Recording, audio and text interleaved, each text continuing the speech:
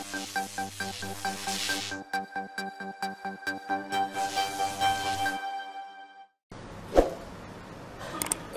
بالله من الشيطان الرجيم. بسم الله الرحمن الرحيم. السلام عليكم ورحمة الله وبركاته. الحمد لله الحمد لله الحمد لله الحمد لله رب العالمين، وبه نستعين على أمور الدنيا والدين، والصلاة والسلام على أشرف الأنبياء والمرسلين وعلى آله وصحبه أجمعين. سبحانك لا علم لنا إلا ما علمتنا إنك أنت العليم الحكيم. قال رب اشرح لي صدري ويسر لي أمري واحلل عقدة من لساني يفقه قولي.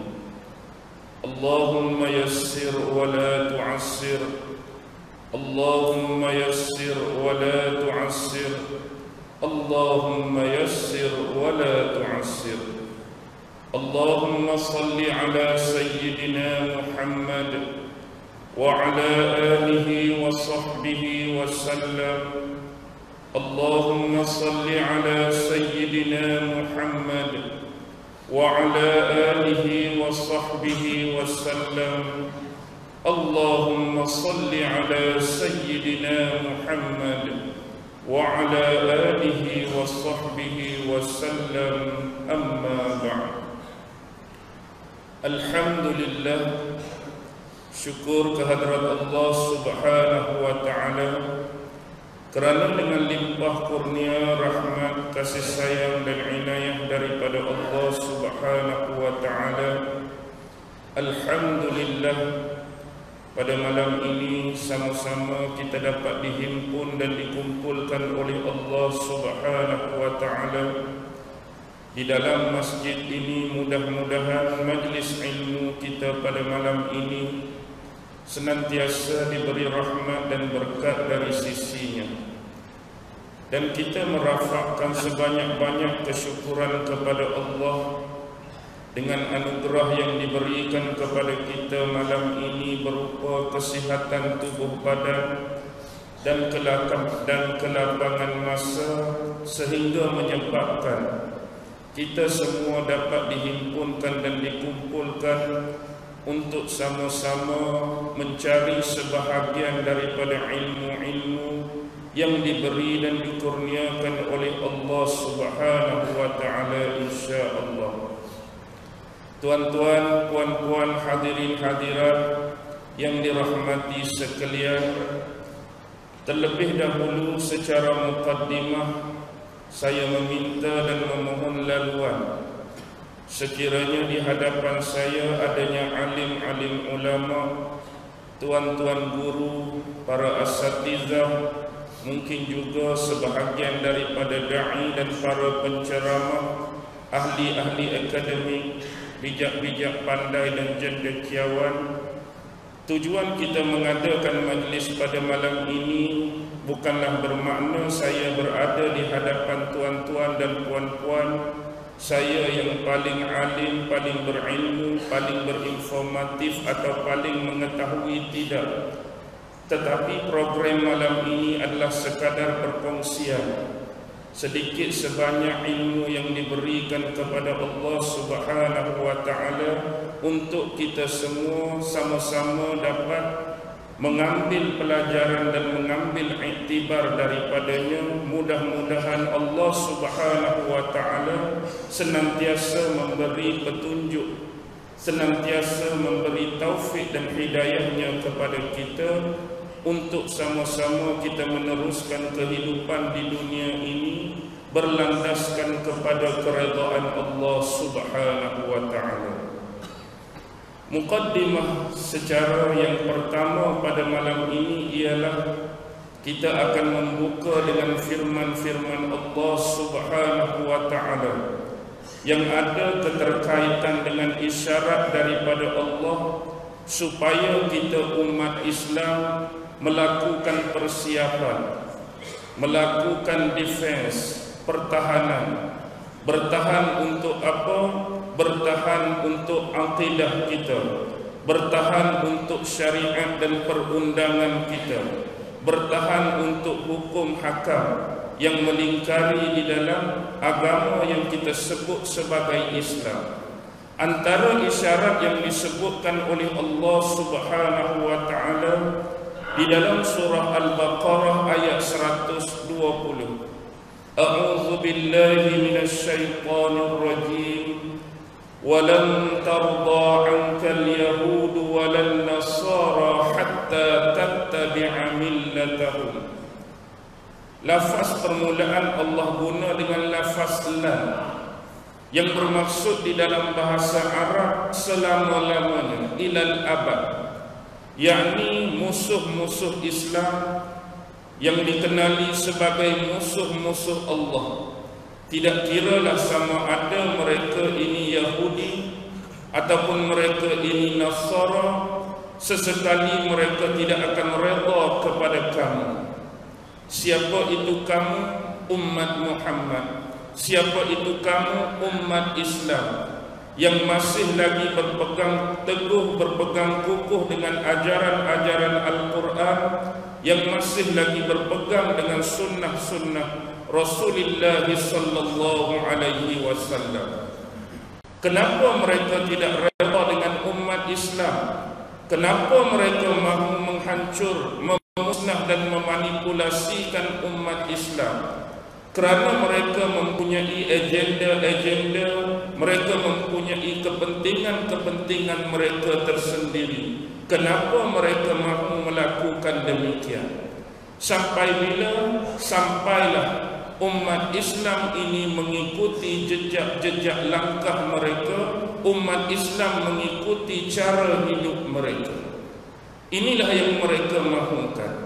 Dan kita harus memastikan bahawa ayat ini merupakan isyarat kepada umat Islam supaya melakukan persiapan untuk menghadapi segala bentuk ujian, segala bentuk musibah, sama ada dalam bentuk agenda, perancangan dan konspirasi yang akan dimainkan oleh pihak musuh.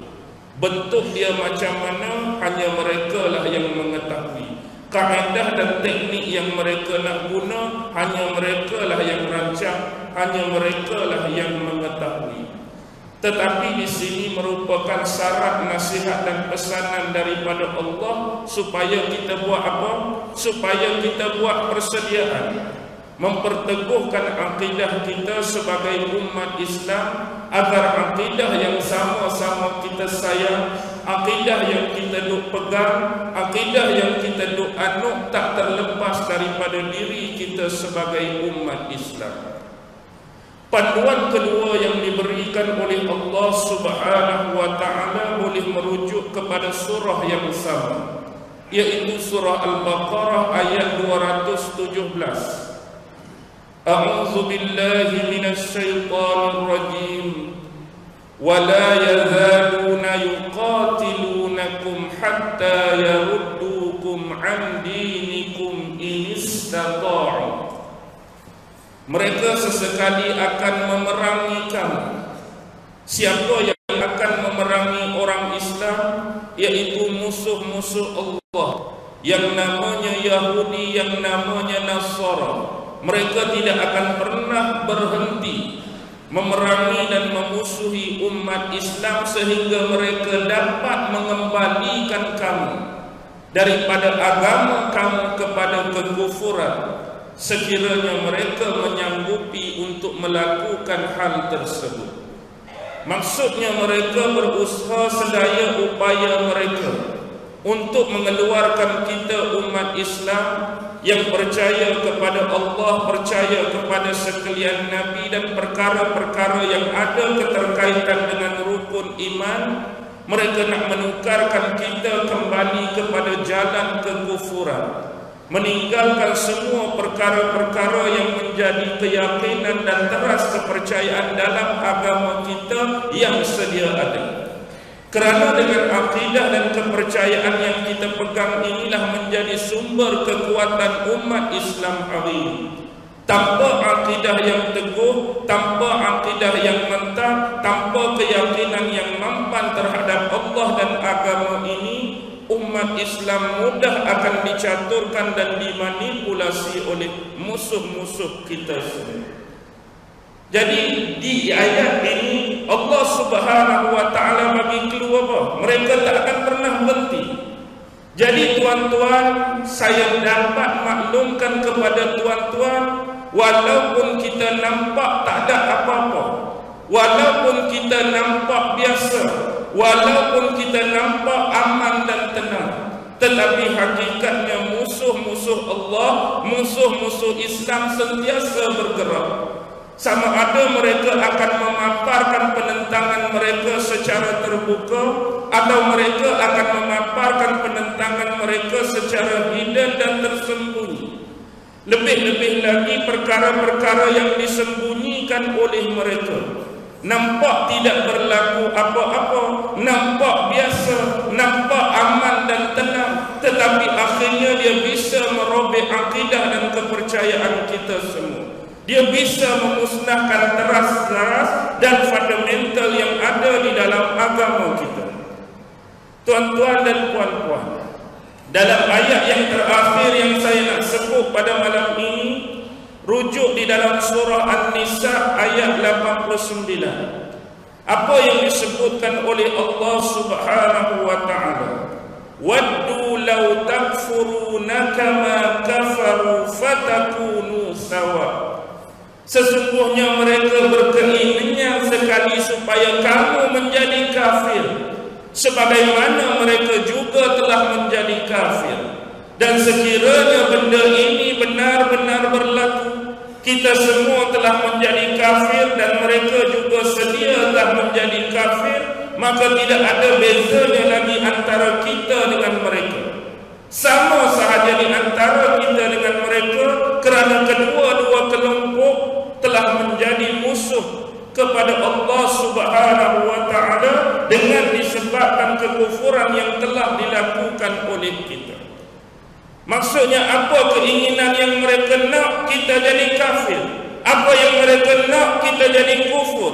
Sebagaimana mereka telah lama menjadi kafir, mereka telah lama menjadi kufur kepada Allah.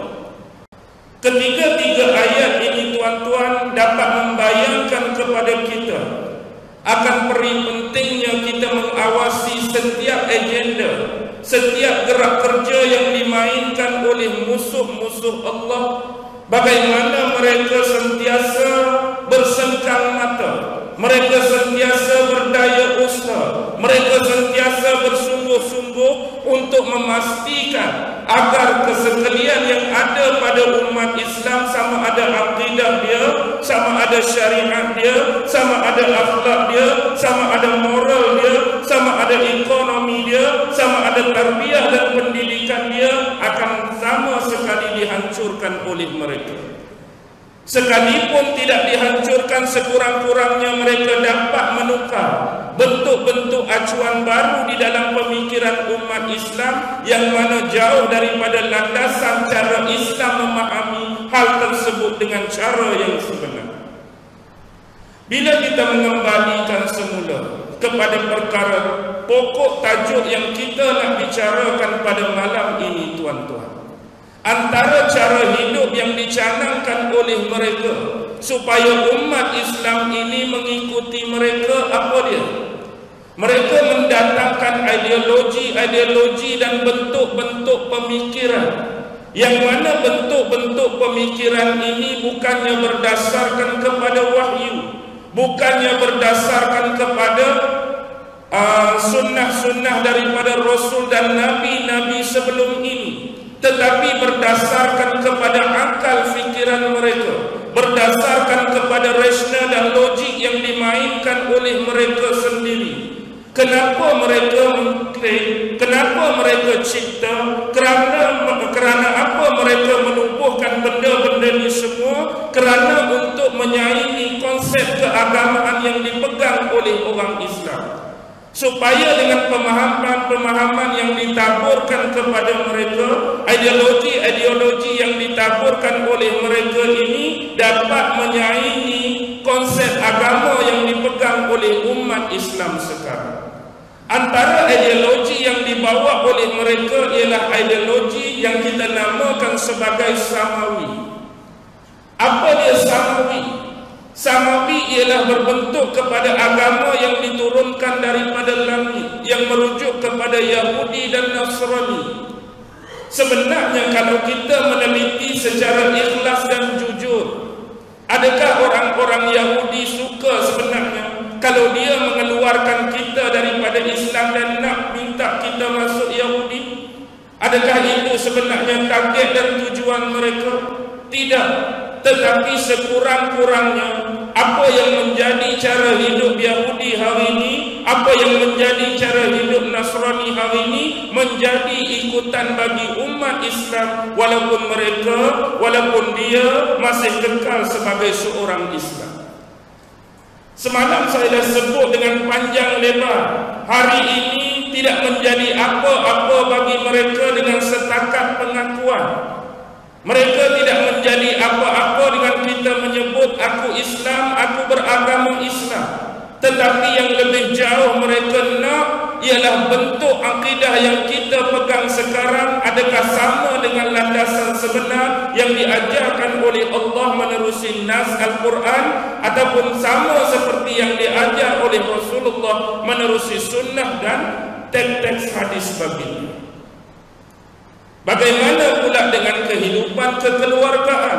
Bagaimana pula dengan lifestyle kita? Bagaimana pula bentuk tarbiyah dan pendidikan kita?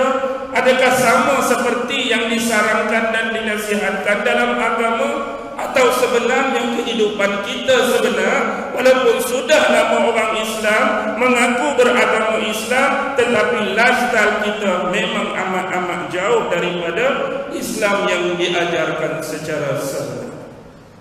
Itu sudah memadai bagi mereka. Sebab itu sambungan saya sebut kata Samuel Zwimmer dalam Kongres Missionary 1930-an dulu.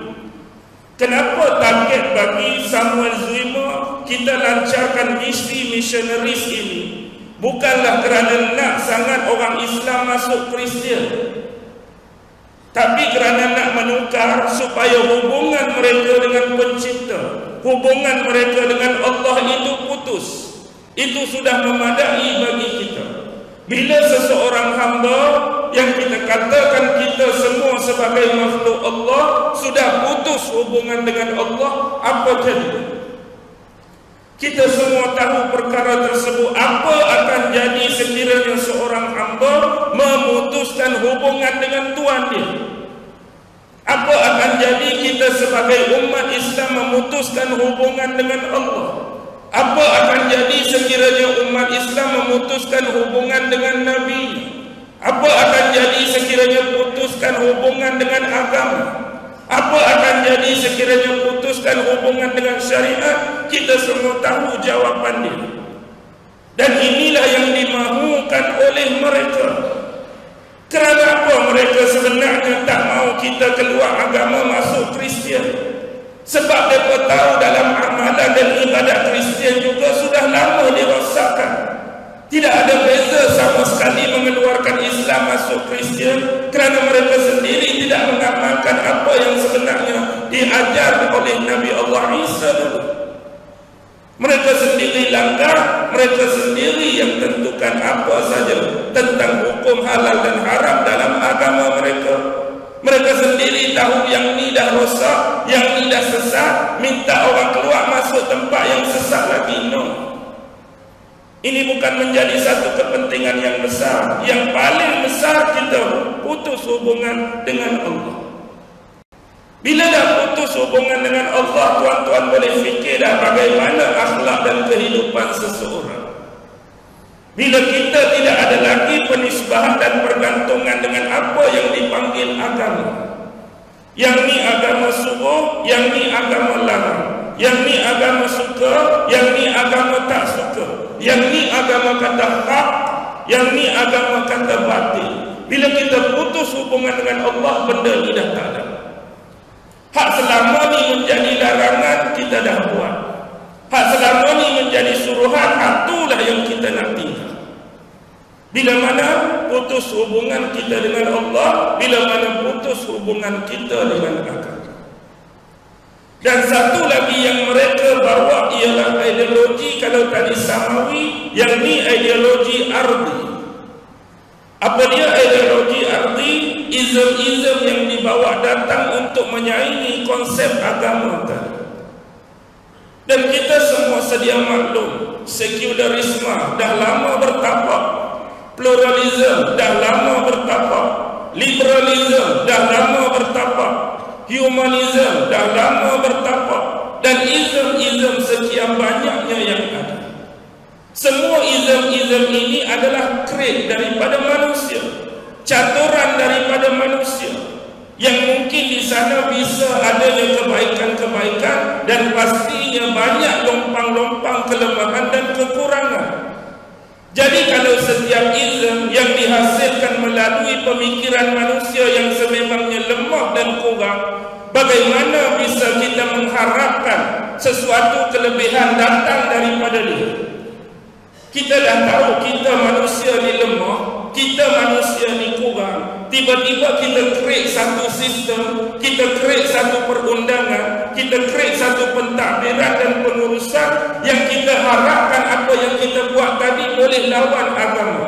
Yang kita harap benda tu boleh menyaingi apa yang didatangkan daripada Allah. Tuan-tuan cuba fikir, masuk akal atau tidak? Kita nak lawan satu benda yang didatangkan oleh Allah yang namanya agama, yang namanya syariat. Kita nak lawan, kita nak create syariat baru, kita nak create pemikiran baru, kita nak create cara hidup baru, nak lawan yang Allah datang. Kalau tuan-tuan punya akal yang bersih dan murni, tuan-tuan ada jawapan untuk persoalan ini dengan tegas. Walaupun di sana kita tak pernah nafi, di belakang setiap ism ada ribuan pemeluk, ribuan penganut, ribuan follower. Tetapi tuan-tuan, manusia tidak akan pernah puas sekiranya yang nak dilayan ialah kehendak dan hawa nafsu dia. Buktinya ism tak pernah berhenti keluar. Ini bukti manusia tak pernah puas. Kalau manusia puas, ism yang pertama dah mencukupi dan memadai. Okey, kita katakan ada satu ism yang pertama, nama ism sekian-sekian. Kalau manusia dapat kepuasan dengan ism tu, tak ada lemah, tak ada kurang, dia tak keluar hal lain. Oi, kami puas hati sungguh selepas meninggalkan agama Islam, menganut ism ni, faham ism ni sempurna, lengkap, komplit, cantik, beautiful. Tapi sat-sat keluar hak ism ni. Pasal apa? Boring lah, ada lemah sini, aku buat ism ni. Hak ni pula boring, lemah ni, ism ni. Lepas tu tak berhenti, hak tu keluar, hak ni keluar, hak tu keluar, hak ni keluar. Ini menunjukkan apa? Barang-barang ni semua ada kelemahan, sampai perlu di-create ism-ism yang lain untuk memenuhi keperluan dan hawa nafsu manusia. Sampai bila? Tetapi kita melihat sejarah bila para nabi dan para rasul dia berikan kepada manusia melalui panduan wahyu daripada Allah. Semua manusia dalam keadaan selamat, semua manusia dalam keadaan sejahtera, aman dan dalam jagaan Allah. Buktinya bagaimana? Cuba tuan-tuan lihat dalam sejarah Al-Quran, para nabi dan rasul yang selalunya dimusibahkan, yang selalunya dibalakan oleh Allah, yang menjadi pendukung para nabi ke penentang para nabi? Hak Allah duk bala berupa banjir besar, hak Allah duk bala datang kilat, datang buruk, hak Allah bala datangnya ribut padang pasir, hak Allah bala terbalikkan bumi. Allah bala tu, Allah bala ni pendukung para nabi ke penentang para nabi? Mereka adalah golongan penentang para nabi, yang mana mereka ni nak lawan syariat-syariat yang dibawa oleh utusan-utusan Allah ni. Sebab apa? Sebab mereka ni rasa mereka ni pandai, mereka rasa mereka ni lebih mengetahui apa yang diketahui dan dibawa oleh para nabi dan utusan Allah ini, sehingga mereka hari-hari nak menyaingi apa yang cuba didakwah dan disampaikan oleh para nabi. Bahkan lebih jauh apa yang berlaku dalam sejarah. Nabi-nabi dihina, nabi-nabi diejek, nabi-nabi ditokmah, nabi-nabi dicaci. Bahkan diberi pelbagai gelaran kepada para nabi. Apa yang diberikan ahli sihir, tukang nujum, tukang tilik, peramal tu, sakit jiwa, otak tak betul, miring, sebagainya dituduhkan. Bahkan pertanyaan-pertanyaan seperti ini kerap muncul dalam ayat-ayat Allah. Kalau dah benar Allah nak mengutuskan kepada kami seorang nabi dan rasul, tak ada orang lain selain daripada kamu. Ayat ini kerap muncul. Kalau betul Allah nak utus nabi, kalau betul Allah nak utus rasul, tak ada orang lain selain daripada kamu. Ini ayat berbentuk apa? Pelecehan terhadap nabi tersebut. Sebenarnya ayat ini ayat memerangkap mereka sendiri. Kalau betul Allah tukar orang lain, mereka terima atau tak terima, atau sama saja. Orang yang tak mau terima ni, mari sini hak mula-mula, dah dia memang tolak, dah dia memang nafi, dah dia memang tak mau. Kalau boleh cari orang lain dah, mungkin aku boleh dengar. Kalau tukar orang lain sekalipun, agak-agak dia nak dengar. Agak dia nak dengar tak? Dia tak mau dengar. Kalau memang dia nak dengar, tak payah datang hak kedua. Hak pertama pun boleh cakap, hak pertama pun boleh bagi tahu. Sebab apa? Dia nabi, dia utusan. Mari hak nombor dua pun dia tetap nabi, dia tetap utusan. Ini adalah jawapan-jawapan yang memerangkap mereka sebenarnya tidak punya makna dan nilai apa-apa, kerana sememangnya mereka tolak. Dan penolakan terhadap syariat, penolakan terhadap apa yang didatangkan oleh Allah dah berlaku setiap sepanjang zaman. Dan tuan-tuan boleh fikir sendiri, kalau nak guna rasional malam ni pun go on, kalau nak guna logika pun go on. Tuan-tuan tahu apa kesudahan yang dihadapi oleh musuh-musuh Allah, penentang para nabi tadi. Semua Allah ceritakan sendiri menerusi ayat-ayat dan firman-Nya di dalam Al-Quran. Sampai bila baru hati dan jiwa kita boleh bangkit dan dibangunkan untuk menyedari hal ini, bahawa orang yang lawan Allah, lawan Nabi, lawan agama, meleceh-lecehkan syariat, ada hukuman untuk dia. Paling kurang pun Allah lepaskan atas dunia, akhirat dia selamat atau tidak? Tidak, tuan-tuan. Tidak. Kalau mengembalikan semula konsep ini, kita tengok perkara-perkara yang mereka cuba bawa, sama ada melalui pendekatan Yahudi dan Nasrani ataupun izan-izan tadi. Yang selalu diangkat ialah mereka cuba melakukan pemisahan dalam struktur apa yang telah didatangkan sebagai dasar dan base dalam agama. Masa zaman Rasulullah dulu, Rasulullah memperkenalkan Islam secara lengkap. Rasulullah memperkenalkan Islam secara syumul, komplit, sempurna dalam setiap lapangan dan bidang. Bermula dalam bab akidah hampir selama 13 tahun di Mekah, dan seterusnya di Madinah selama 10 tahun turun ayat demi ayat yang berupa syariat-syariat yang meliputi apa? Bab-bab ibadah, bab-bab hukuman, bab-bab muamalah, bab-bab jenayah, hubungan dengan Allah, hubungan dengan manusia, sampai habis. Sampailah ke konsep jihad dan peperangan pun tidak tertinggal. Ini bermakna dalam setiap gerak kehidupan umat Islam, apa saja yang mereka nak buat itu ada panduan agama. Tetapi hari ini mereka cuba ubah. Mereka cuba nak tolak struktur yang telah dibangunkan oleh Nabi dengan melakukan pemisahan. Apa pemisahan yang mereka nak buat? Teras agama sebenar hari ini, kalau kita tengok Islam, dia adalah satu agama yang mementingkan ritual dan ibadat semata-mata. Yang ini yang mereka bagi tumpuan, seolah-olah seperti agama lain yang seawalnya lebih awal dilakukan oleh orang-orang Kristian dengan memisahkan konsep agama mereka dengan pemerintahan. Jadi Islam dalam bab ibadat jadi eksklusif. eksklusif bab ibadat. Tapi bila masuk bab pemerintahan, bila masuk bab-bab hukuman, bila masuk bab-bab syariat, dia jadi inklusif. Jadi hari ini bab ibadat memang mereka tak akan pernah kacau, sebab ini base paling dasar. Hari ini cuba tuan-tuan bayangkan kalau mereka kacau kita datang masjid, apa jadi?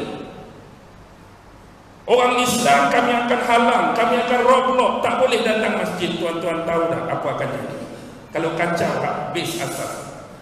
Hak ni datanglah masjid, nak mengajar, masjid boleh datang, kamu boleh semayang, tapi nak baca kitab, nak ajak ilmu tu, nak ajak ilmu ni, kami halang, kami akan blok, kami akan gam dan sebagainya. Tuan-tuan boleh agak apa akan jadi? Nak puasa tak boleh, boleh puasa, kami akan tukar. Haram puasa bulan Ramadan, kamu pergi puasa bulan Safar sebulan. Tuan-tuan boleh tahu apa akan jadi. Bangkit atau tidak tuan-tuan, kesengit-sengit saja. Saya tanya ni, kalau mereka nak tukar bulan Ramadan pergi puasa bulan Safar, tuan-tuan sengit. Okey, kita puasa Safar tahu. Jangan suka. Ini bentuk persoalan. Saya tahu tuan-tuan akan marah, tuan-tuan akan bangkit bila isu ni dipalih. Tetapi mereka tak akan kacau bab ini, kerana bagi mereka ibadat itu mengikut agama masing-masing, ritual berlaku mengikut kepercayaan masing-masing. Tetapi hanya setakat tu sajalah. Konteks Islam kita jadi eksklusif bab-bab ibadat dan bab amalan. Tetapi mereka tak mahu mengeluarkan konteks base dan dasar lain pada luar kehidupan tadi. Bab pemerintahan, Islam tak payah campurlah. Bab syariat, Islam tak payah campurlah. Bab tu, Islam tak payah campurlah. Jadi bila Islam dikekang, Islam tak boleh campur, apa akan jadi tuan-tuan? Kalau dalam bab pemerintahan sebagai contoh, kita nak gubal satu perundangan, kita nak buat sesuatu akta, atau kita nak buat sesuatu benda yang baru. Jadi bila kita tolak acuan agama, apa akan jadi? Bila ada acuan agama, perkiraan dia masih lagi bertakuk pada soal boleh ke tak boleh ni mengikut agama, halal ke haram ni mengikut agama. Orang masih mempersoalkan demikian bila agama masih lagi jadi panduan. Tetapi kalau agama memang dibiarkan terus, apa jadi? Adakah sesuatu benda yang kita nak buat, sama ada perundangan ataupun akta-akta baru, orang akan fikir lagi soal halal dan haram? Orang tak fikir dah, sebab agama tak terlibat dalam pemerintahan, agama tak terlibat dalam pengurusan, agama tak terlibat dalam pentadbiran. Ni apa nak masuk-masuk bab agama halal haram? Mereka nak demikian. Tuan-tuan nak ke tak saya tanya? Pakcik jawab tak nak. Saya pun tak nak. Mana mungkin soal halal haram boleh tak boleh hanya bab ibadat. Hak lain, kalau macam tu berzina boleh tidak tuan? Dah kalau kita kata taklid tu boleh tu bab ibadat, berzina bukan ibadat, tak ada halal haram, jadi boleh ke tak boleh tuan? Dia jadi boleh lah. Minum arak bukan bab ibadat, minum je benda harus. Jadi boleh minum. Tuan-tuan nak ke benda ni berlaku? Semua orang tak nak. Tapi acuan-acuan yang dibuat memang itulah cara bentuk kerja dia. Nak menafikan komplit dan syumulnya Islam setiap lapangan hidup dan lapangan bidang. Tolak agama memang kita akan hancur. Sebab nak kira bab ibadah. Bab ibadah ni walaupun anda rasa eksklusif, bila hal lain hancur, anda juga akan menunggu masa hancurnya hal eksklusif. Hak lain ni kita tengok orang semayang, orang baca Quran, orang puasa, orang zakat, orang buat ibadah dan amalan lain kerana teras akidah yang dipasang dulu dah kemat. Sebab bukan saja mereka ambil berat soal ibadah dan soal amalan, dia akan terbawa bila kita ambil berat soal dasar. Maksudnya lepas ni jumpa awak nak minum ke tak mau minum? Kalau jenis orang kaki semayang, tak mau minum dah, tak mau berzina dah, tak mau berjudi dah, tak mau menipu dah, tak mau buat benda yang tak elok dah. Kita akan kikir, kita akan tepih, kita akan nafsu. Tetapi dalam masa yang sama, bila kita tolak persoalan hukum halal dan haram dalam kehidupan, buat tu boleh dah, buat ni pun boleh, buat ni ikut aku nak buat ni ikut aku nak buat ni ikut aku nak. Hak luar kita ikut suka hati kita. Tuan-tuan cuba bayangkan, daripada perkara-perkara yang berlaku ikut suka hati, tak ada panduan agama, tak ada halal haram, tak ada boleh tak boleh tadi, adakah anda mengharapkan hak eksklusif tadi, orang-orang hak buat benda tu tadi akan semayang bersama anda? Agak-agak mereka akan semayang sekali yang kita, orang-orang buat hak di luar tadi. Persoalannya, hak tadi abang boleh minum, berzina, boleh rempit, boleh menonggek, boleh apa, anda harapkan dia akan datang semayang sekali dengan anda? Otomatik bila dah kehilangan generasi yang teras ini, anda harap tak generasi ini akan mengeksklusifkan lagi ibadah dan amalan? Tidak. Bahana dia bermula hancur di sini, hak eksklusif yang kita nak jaga juga akan selesai, akan padam tuan-tuan. Ni hak duk jaga dah ramai dah tak semayang ni, betul ke tak betul? Hak duk jaga dah ramai dah tak mau puasa, hak duk jaga dah ramai dah duk caci maki mak sendiri, derhaka kat mak, kata macam-macam kat mak, mak tak bagi duit duk sempak mak, acu pisau kat mak, macam-macam dah jadi.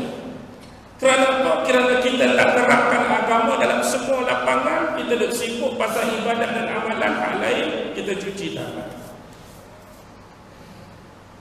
Besok Allah tanya dah semua ni. Allah tanya apa yang kita dah buat. Tu yang pertama. Yang kedua, kalau kita mengembalikan kepada sumber rujukan utama orang-orang Islam, sumber rujukan utama orang Islam Quran dan Sunnah. Quran dan Sunnah. Ada lagi dah hal lain? Ada lagi dah hal lain tuan-tuan? Tu biasa ijma' ulama semua apa.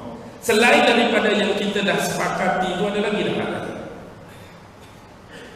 Hal inilah yang cuba mereka buat dengan mengada-ngadakan cerita. Sumber rujukan yang utama bagi orang Islam bukan setakat Quran saja. Sumber rujukan utama bagi orang Islam bukan setakat hadis dan sunnah-sunnah Nabi saja. Tetapi adanya ilmu-ilmu lain, pandangan-pandangan lain, fikrah-fikrah lain, pemikiran-pemikiran lain yang kita boleh masukkan untuk memajukan Islam. Ayat tu cantik tak cantik? Belakang tu ramai terpedaya untuk memajukan Islam. Poin dia yang paling penting, kalau tak ada fikrah tadi, tak ada ideologi tadi, tak ada pemikiran tadi, tak ada pemahaman tadi, Islam tak maju ke dengan Quran hadis dia ada? Sampai perlu datang kamu menaburkan janji-janji berupa standard-standard tertentu, SOP tertentu, piawai-piawai tertentu untuk menentukan standard Quran dan sunnah kami. Perlu kepada ideologi dan pemikiran kamu ke untuk menguji keberkesanan dan ketulinan Quran sunnah kami? Sekarang isu dia, marilah apa pun selain daripada Quran sunnah, bukan itu base terletak pada maju dan mundur. Maju dan mundur sesuatu pegangan, sesuatu akidah ialah bila kita sama-sama melaksanakan apa yang diminta dalam yang kita percaya dan kita pegang. Cuba tuan-tuan bayangkan satu benda yang paling mudah. Kalau seluruh umat Islam buat semua apa yang Allah suruh dalam Quran, buat semua apa yang Nabi sebut dalam hadis, umat Islam semua tinggal apa yang Allah larang dalam Quran, umat Islam tinggal semua apa yang Nabi sebut dalam hadis, agak-agak baik atau tak baik? Memang baik. Yang jadi tak baik sebab pakak nak buat, hak Allah marah. Sebab pakak nak tinggal, hak Allah suruh. Marilah apa jua acuan, marilah apa jua undang-undang, anda tak ikut benda tu, maju ke mundur. Bukan kata Quran sunnah, mari je apa pun anda langgar benda tu, maju ke mundur. Undang-undang sekolah, rambut kemas, rambut pendek, baju putih, seluar hijau, kasut hitam. Anak murid mari rambut skinhead, baju kelabu asap, seluar pendek, seluar koyak, stoking macam pemain golf, kasut sport Nike. Lepas tak lepas? Tak lepas. Pasal apa tak lepas? Dia sendiri dah langgar undang-undang yang sedia ada. Walaupun undang-undang ni mungkin manusia yang buat. Sekadar undang-undang dunia, kita tak ikut pun apa tak akan jadi. Bukan maju, mundur. Apatah lagi agama. Dan perlu ke agama ada catuan-catuan tadi. Tak cukup Quran, tak cukup sunnah, tak cukup ijma', tak cukup ni, tak cukup kata-kata ulama', tak cukup pandangan ulama', tak cukup huraian ulama', perbahasan ulama', tafsiran ulama'. Kena tambah hak kami cadangkan. Disiplin ni, disiplin ni, disiplin ni, ideologi ni, pemikiran ni. Perlu. Tak perlu sebenarnya. Sebab Islam tu dah cantik dengan dua sumber tadi. Follow sebenarnya, siapa pun akan berjaya. Masalahnya orang Islam sendiri yang meremehkan dan merasa benda ni tak hebat. Alah, Quran biasa. Tapi falsafah ni cukup mengagumkan hatiku. Pandangan-pandangan dari profesor ni menggerakkan metabolisme dalam otakku macam minum susu Elma. Falsafah tu, falsafah ni, ideologi tu, pemahaman dia rasa lebih hebat daripada ayat-ayat Quran yang dia duk baca, daripada petikan sunnah-sunnah Nabi. Itu satu hal. Satu hal yang lagi, dia cuma ambil satu. Dia ambil apa? Dia ambil Quran saja.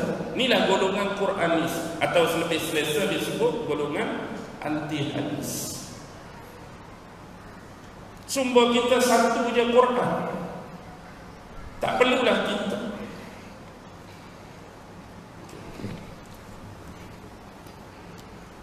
Tak perlulah. Sebab hadis Nabi ni apa? Hadis Nabi ni kita terima sekarang, sama ada Sahih Bukhari atau Sahih Muslim, ditulis berapa ratus tahun selepas wafatnya. Lebih kurang 500 hingga 600 tahun selepas Nabi wafat.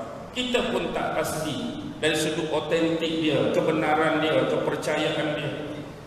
Benda-benda cakap macam ni, sebenarnya mereka tak belajar tentang position ilmu hadis. Ilmu hadis kita ada rangkaian perawi, kita ada rangkaian sanad, kita ada rangkaian matan yang menjaga kemurnian dan keaslian salafiyah setiap hadis yang diucapkan oleh Rasulullah. Sebab itulah ulama-ulama dah letakkan ini tahap dia sahih, ini tahap dia hasan, ini tahap dia dhaif, ini tahap dia ditolak, munkar, mardud dan sebagainya. Tapi mereka tak ada semua benda-benda ni. Jadi bila mereka tak memahami position dan disiplin ilmu dalam Islam, mereka akan hentam secara kromo, hentam secara sembrono, tanpa ilmu dan fakta yang sebenar. Okey, baiklah. Kalau hari ini mereka nak tolak hadis, mereka nak tolak hadis sebagai contoh. Dalam ayat Al-Quran, ada ayat-ayat berbentuk literal yang senang untuk difahami. Dan ada ayat-ayat yang berbentuk perintah, yang memerlukan kepada perlakuan dan perkataan Nabi untuk mencontohkan perintah yang terdapat di dalam ayat. Contoh, kita kata dalam Al-Quran sebut, wa aqimus shalah, dirikanlah sembahyang. Tapi cara sembahyang, pelaksanaan sembahyang, praktikal sembahyang ada tak dalam Quran? Tak ada. Lepas tu nak sembahyang ke mana? Allah suruh sembahyang. Lepas tu nak sembahyang ke mana, tuan-tuan? Dah kita nak sembahyang, hak tuan-tuan duk buat hari ni ikut siapa? Ikut siapa? Ikut Quran ke? Ikut hadis Nabi, sunnah Nabi. Lepas tu lagu mana kita boleh tahu Nabi sembahyang lagu ni dulu? Sebab benda tadi salah silah sanad tadi berangkat. Kita ikut daripada guru kita tengok guru dia dulu naik sampai kepada sahabat-sahabat, tengok Rasulullah, cara Rasulullah praktikalkan sembahyang kepada semua sahabat-sahabat. Dan dia jadi legacy secara turun-temurun, diperturunkan bentuk cara penunaian solat yang sebenar dan sahih macam ni. Tapi bila mereka nak tolak hadis Nabi, lafaz aqimus solah pada mereka tu bentuk semayang, kaifiat semayang yang mereka nak buat lagu mana tak. Kita tak mau hadis Nabi tak boleh pakai.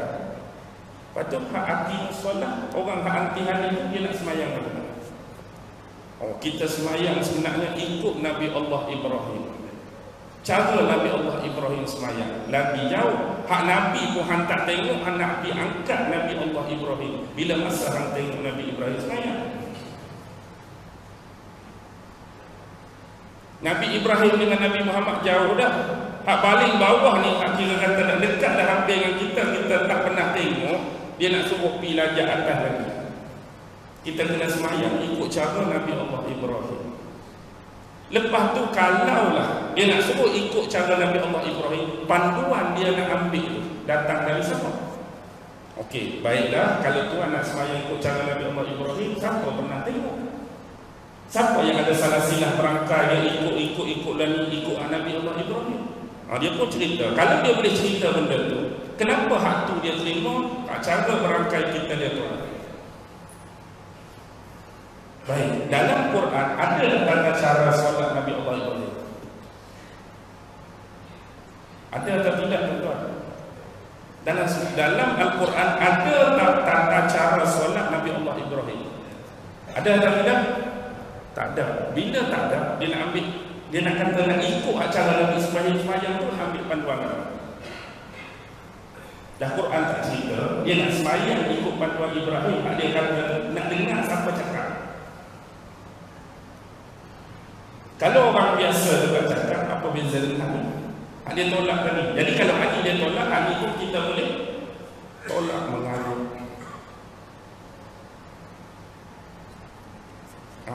Sorry. Berhenti azan tuan-tuan. Dia jadi lajak. Alhamdulillah, kita bersambung kembali tuan-tuan. Antara perkara lain selain daripada dua yang kita sebutkan di awal tadi, ialah musuh-musuh Islam nak menganggap kalau kita follow dan ikut betul-betul acuan dan pengajaran yang terdapat di dalam agama kita, dalam dunia yang dianggap global, dunia yang dianggap canggih dan moden pada zaman ini, kita pasti akan ketinggalan zaman. Orang yang ikut Islam ni ketinggalan zaman. Siapa yang ikut Islam ni dianggap jumuk. Siapa yang ikut Islam ni dianggap kolot. Jadi kalau kita nak moden, kalau kita nak majukan diri kita, kita kena belajar, ambil ilmu daripada orang lain. Baik tuan-tuan, dalam bab kita nak ambil ilmu daripada orang lain tidak menjadi kesalahan pun. Bahkan sampai hari ini Islam banyak belajar sesuatu di luar daripada disiplin-disiplin ilmu yang sememangnya ditekankan dalam agama. Kita dah belajar sesuatu yang kita kata dianggap luar dan asing daripada fundamental kita, yang dipanggil sejarah, yang dipanggil geografi, yang dipanggil sains, yang dipanggil teknologi, yang dipanggil falsafah, yang dipanggil apa jua ilmu. Orang Islam hari ini belajar untuk mengetahui dan mengambil manfaat daripada disiplin ilmu-ilmu tadi. Dan ulama-ulama ada menyebut, daripada kita tidak mengetahui, baik kita mengetahui tentang sesuatu. Walaupun setengah orang kata, alah belajar benda ni tak penting sangat pun untuk akidah kita, tahu benda ni tak penting pun untuk syariat kita. Ada suara-suara demikian. Tetapi saya lebih suka mengambil pendekatan tadi, antara tak tahu sesuatu benda dengan kita tahu, mana lebih baik. Walaupun benda tu mungkin dianggap kurang penting oleh orang lain. Tak payahlah belajar falsafah, tak payahlah belajar ilmu ni, tak payahlah belajar benda ni. Akidah kita pun tak kuat lagi, belajar toharah pun tak berapa lepas lagi, nak belajar tu dah, nak belajar ni, belajar tu, belajar ni. Lepas tu, kalau anda tak belajar benda tadi, adakah rasa kemah dan akidah anda? Kerana belajar dan tak kemah lagi, kerana anda tak belajar tu rasa kemah lah. Tu rasa lepas. Contoh kita kata, saya tak berapa kemah lagi belajar akidah, tiba-tiba nak belajar ilmu yang di luar fundamental tadi.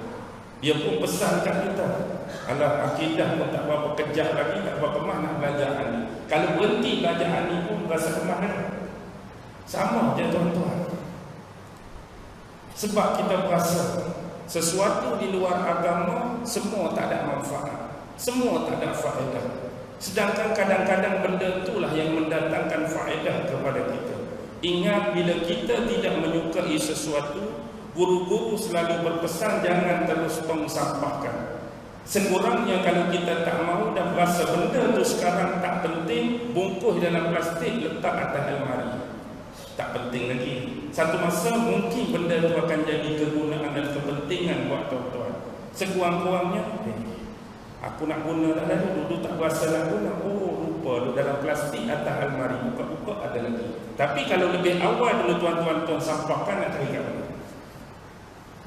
Mah, mana barang tu? Mah dah buang tong sampah. Aduh, ingat hari tu tak penting sangat. Tak penting mana dah tong sampah. Tak tahu nak ke mana lah. Ingat tak cerita Arbado dulu pasal surat? Jenuh tong sampah tu, cari tong sampah ni sebab tertukar surat dah. Dia jadi payah. Baik tuan-tuan, ilmu apa pun kita belajar, selama mana kita ambil pengajaran, iktibar dan pelajaran daripada dia, yang dengan pentingnya benda tu tak mengikis akidah kita, tak mengikis agama dan syariat kita. Maksudnya kalau kita belajar tu hilang akidah, tak payah belajar lah. Belajar benda tu hilang syariat kita, tak payah. Jadi selama mana benda tu ada kepentingan untuk dunia kita, belajar. Tapi apa yang kita nak sebut di sini ialah, dalam mana kita belajar ilmu, kita kena ada filter, kita kena ada tapis. Tak semua ilmu yang kita dengar ada sahih. Tak semua ilmu yang kita belajar mesti ada betul dia. Tetapi kena ada filter, kena ada tapisan. Kita kena buat penyaringan yang mana betul, yang mana salah, yang mana kita rasa ragu-ragu, yang mana was-was, yang mana syubhat. Cuma bab macam ni, untuk meletakkan nilai benar tak benar, dia jadi susah. Hak di luar konteks agama tadi. Terutama bab yang memerlukan uji kaji, pengkajian, observation, eksperimental, memang akan ada cabang khilaf yang cukup besar. Sebab kadang-kadang satu isu yang kita bawa, satu isu yang kita bicarakan, mungkin dia benar pada pandangan kita, tapi tidak pada orang lain. Bagi saya rasa benda ni betul. Tanya abang ni, abang kata bagi saya dia tak betul. Tapi bila timbul isu yang lain, bagi abang ni dia rasa betul, tapi bagi pandangan saya rasa tak betul. Itu biasa. Tapi untuk menentukan kita perlu apa? Filter-filter dan saringan yang lain untuk mengesahkan sama ada dia benar-benar salah atau dia benar-benar betul atau sebagainya. Kembali kepada konteks yang kita nak sebut ialah tuan-tuan, mereka akan bawakan satu bentuk benda baru dalam agama supaya nampak kita ni junius, nampak kita ni berfikir. Tapi sebenarnya dia cuba robek, dia cuba rungkai, dia cuba cangkap satu persatu untuk bagi apa? Untuk bagi lorongan kepada pemikiran beralaskan liberal atas nama kebebasan. Kebebasan apa? Kebebasan beri pandangan. Kebebasan apa? Kebebasan beri pendapat. Ya, semua orang boleh bercakap, semua orang boleh bagi pandangan dan pendapat, tapi ada lapikkan dia, ada dasar dia. Bukan saja-saja nak cakap kita lepas, no. Bukan saja-saja nak beri pandangan kita lepas, no. Tapi dia ada view, dia ada value, nilai yang tersendiri, benda yang kita nak bincang, benda yang kita nak sentuh. Contohlah kita bawa dah. Kadang-kadang kritikan yang mereka buat menyebabkan seseorang pengkaji itu mula meragui agama dan syariat mereka sendiri. Pasal apa kita kena semayang 5 kali pula tu, 4 rakaat pula tak sama. Hang tak rasa pelik ke? Hak ni kena semayang 2, hak ni kena semayang 3, hak ni kena semayang 4. Dia mula buat keraguan-keraguan dan tasykik macam ni. Pada siapa? Bukan sama mereka, pada kita. Jadi kita pun jadi rasa jenis sangat, rasa hebat sangat tadi. Hak orang duk mengaji, kita tak mau datang. Hak tu guru duk ajar, kita tak mau dengar. Duk berlapikkan rasional dan logika kita. Ya, aku pun rasa pelik. Pasal apa dah agama kita suruh ni. Pasal apa kena bayar zakat sekian-sekian persennya, bayar haji sekian-sekian persennya. Pasal apa kena pergi haji, tak boleh pakai baju kok, kena pakai kain putih. Dia duk fikir benda-benda macam ni untuk mempertingkai dan merobek tata cara ibadah dan amalan dalam agama. Akhirnya jenis otak-otak yang tak ada base fundamental Quran dengan sunnah yang teguh dan kejam, mereka akan memainkan isu tasykik untuk mempersoalkan kesyumulan agama. Akhirnya inilah hasil daripada liberal. Liberal ni apa? Liberal ni berfikiran bebas. Maksudnya Quran hari ini boleh ditafsirkan oleh sesiapa pun, sebab Al-Quran ini mutlak Allah turunkan kepada sekalian umat manusia. Kenapa hak penghuraian dan hak pentafsiran seolah-olah jadi mutlak milik para ulama saja? Kan kita tengok tafsir ulama tu, tafsir ulama ni ada yang nama Qurtubi, ada yang nama Tabari, ada yang nama Ibnu Katsir, ada yang nama Sa'labi, ada yang nama tu nama ni. Seolah-olah otoriti mutlak ni milik ahli tafsir. Dia saja yang berhak untuk tafsir Quran. Sedangkan Quran Allah turun pada semua, bukan turun pada ulama tu. Jadi kita juga layak untuk memberi tafsiran dan penghuraian tentang Quran. Masalahnya ulama tu tafsir ada metod, ada manhaj. Hang tafsir pergi ke mana? Pergi ke laut. Bila pergi ke laut tenggelam, bila tenggelam lemah. Bila hang seorang lemah, tak apa orang lain lemah sekali dengan hang. Sebab tu kita kata setiap ilmu ada disiplin. Hang nak tafsir, okey, tak ada masalah. Belajar betul-betul, belajar pandai-pandai, belajar semua disiplin-disiplin yang melayakkan untuk kita jadi pentafsir Quran. Maksudnya selepas ni huraian yang kita buat tak lari, huraian yang kita buat tak bercakap, huraian yang kita buat tu tepat dan betul, sebab kita ikut disiplin ilmu yang sebenar untuk melayakkan dan mengotoritikan kita buat kerja tu. Lah ni kita ni keyboard warrior, minum kopi Starbucks. Aku nak mentafsirkan surah An-Nisa ayat 32, seluar pendek rambut cacat. Bukan kita nak hina penampilan dia tu. Otoriti tu tak ada pada dia untuk tugaskan kerja tu, tiba-tiba dia nak buat. Hari ni sesiapa pun kalau kita kata dah semua kerja dalam kat Malaysia ni semua orang mampu buat, tapi kalau kita pergi kacau kerja orang yang kita tak ada otoriti, tak ada kemahiran, orang marah ke tak marah? Tiba-tiba rumah terbakar, bom-bom rumah tu. Ada satu kes tu jadilah sikit, kita pun pergi tepih abang bomba tu, tak keluar air. Salah ke saya nak buat kerja ni, saya nak bantu orang? Tak salah, tapi otoriti hang tu tak ada untuk buat kerja ni. Jadi orang marah, bukan tak boleh buat kerja ni. Hang nak buat kerja ni boleh. Hang isi borang, hang buat surat, hang berlatih panjat tu, belajar banyak turun, berlatih potong pokok, berlatih tangkap ulat apa semua. Orang bagilah sup bomba, hang buatlah dan buat. Masalah lagi dia nak kerja dengan alasan semua kerja dalam Malaysia kita boleh buat, tak ada siapa boleh ganggu. Boleh tak? Keahlian dan otoriti itu tak ada pada kita. Tapi kalau kita belajar betul-betul, tak ada siapa marah. Kenapa hang buat kerja tu? Memang saya ahli bomba, ni kat saya. Saya tak boleh kata apa. Memang tuan berkelayakan. Pasal apa tuan tangkap orang? Memang saya anggota polis, ni kat saya. Sama juga macam benda ni. Bila nak tafsir Quran, agak-agak tuan-tuan, orang yang otak liberal tafsir Quran akan sama tak dengan habis ulama-ulama? Tak akan sama. Akibatnya jadi percanggahan. Tengok dalam sejarah apa yang jadi. Contoh, bila disebutkan dalam Quran bab kahwin, siapa yang mampu kahwin? Kahwin berapa? Seorang. Kalau dia mampu kahwin, 2. Kalau mampu kahwin, 3. Kalau mampu kahwin 4. Kita orang lelaki beragama Islam dibolehkan kahwin 4. Nabi kahwin berapa? Nabi kahwin berapa?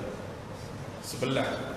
4, sebelah. Oh, jauh beza. Nabi boleh kahwin sebelah, kita kahwin 4. Jauh beza. Tapi pentafsiran ada yang dibuat macam mana? Boleh kahwin 1 dan boleh kahwin 2. 1 campur 2 berapa? 1 campur 2? 3. Lepas kahwin 2 boleh kahwin 3. 3 campur 3? 6. Lepas tu boleh kahwin 4. 6 campur 4? 10. Nabi sebelah, ni 10. Ni dekat. Ni 4 sebelah jauh. Jauh 4 sebelah. Ni paling mendekati. Kita 10, Nabi sebelah dekat. Walaupun rasa dekat logik dan rasional, tuan-tuan nak ikut 4 atau nak ikut 10? Kalau dalam hati nak 10 kan? Kalau lebih 10 pun nak lagi. Tapi itulah yang dia ajarkan kepada orang. Dan lebih pada itu, dia lihat macam 3 tambah 4, 1 tambah 2 tu datang dari mana? Sini. Dia berasa jenius sangat, dia berasa bijak sangat. Dia nak tukar apa yang dah menjadi dasar dan asas. Bab faraid sebagai contoh. Orang lelaki biasa lebih daripada wanita. Sebab mari liberal nak hak sama rata. Lelaki pun sekian, perempuan pun sekian. Sama je. Kita semua hamba Allah. Yang jadi beza jantina, lelaki, perempuan. Tapi hak kita sama. Kenapa dibeza-bezakan? Kenapa lebih orang lelaki? Dia nak bertikah. Dia nak suruh apa? Dia nak suruh apa tuan-tuan? Dia nak suruh dapat sama. Contoh kalau 100,000 bapak tinggal, abang pun dapat 50,000, adik perempuan pun 50,000. Semua sama. Hak sama rata. Sampaikan hak sama rata ni untuk imam pun dia nak orang perempuan boleh jadi untuk imam. Tuan-tuan rasa seronok dan selesa ke kalau berimamkan untuk imam wanita? Tiba-tiba dia mari singgih, jumpa pengurusi masjid, saya nak memohon jawatan untuk imam wanita. Apa kelebihan yang anda ada? Kalau kira saya tahfiz 30 juzuk, untuk imam Adalani 1 juzuk pun tak ingat, saya lebih.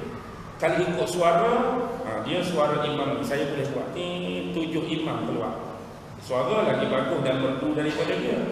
Cuba tanya asas-asas fardu ain, saya boleh banyak jawab soalan lebih daripada tu imam ada. Kenapa saya tak dapat? Jangan semua ada tu saya lebih.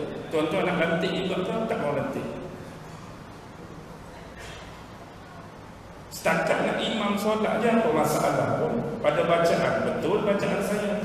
Tuan imam pun dah test betul tajwid saya. Rukuk-rukuk yang sama, tunduk-tunduk yang sama, tahiyat-tahiyat yang sama, kunut yang sama, salam yang sama. Apa bezanya? Dia mungkin kita nampak tak ada beza, tapi permasalahan mendatang akan muncul. Contoh, kalau agak-agak tu imam perempuan, kalau dia cuti bersalin berapa bulan dia kena cuti? Saya baru balik kampung, mari masjid TTDI, mari minggu lepas pun untuk imam lain, mari minggu ni untuk imam lain, minggu ketiga untuk imam kita lu mana sebenarnya ni?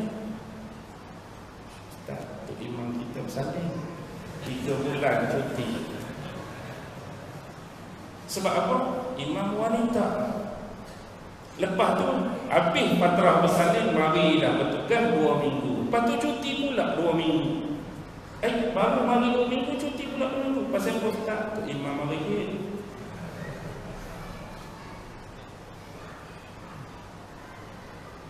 Untuk imam tu, untuk imam ni, untuk imam ni. Kan ada isu dalam berita, dalam viral, seorang wanita mengimamkan solat, suami dia di belakang kan. Pernah dengar ke tak pernah? Macam-macam. Lepas tu bayangkan satu saf pun nak suruh sama rata. Bukan milik mutlak lelaki. Dan ni lelaki depan, perempuan di belakang. Dia kata perempuan pun datang awal kena semayang belakang. Perempuan pun kalau datang awal duduk sekali dengan kita saf yang sama.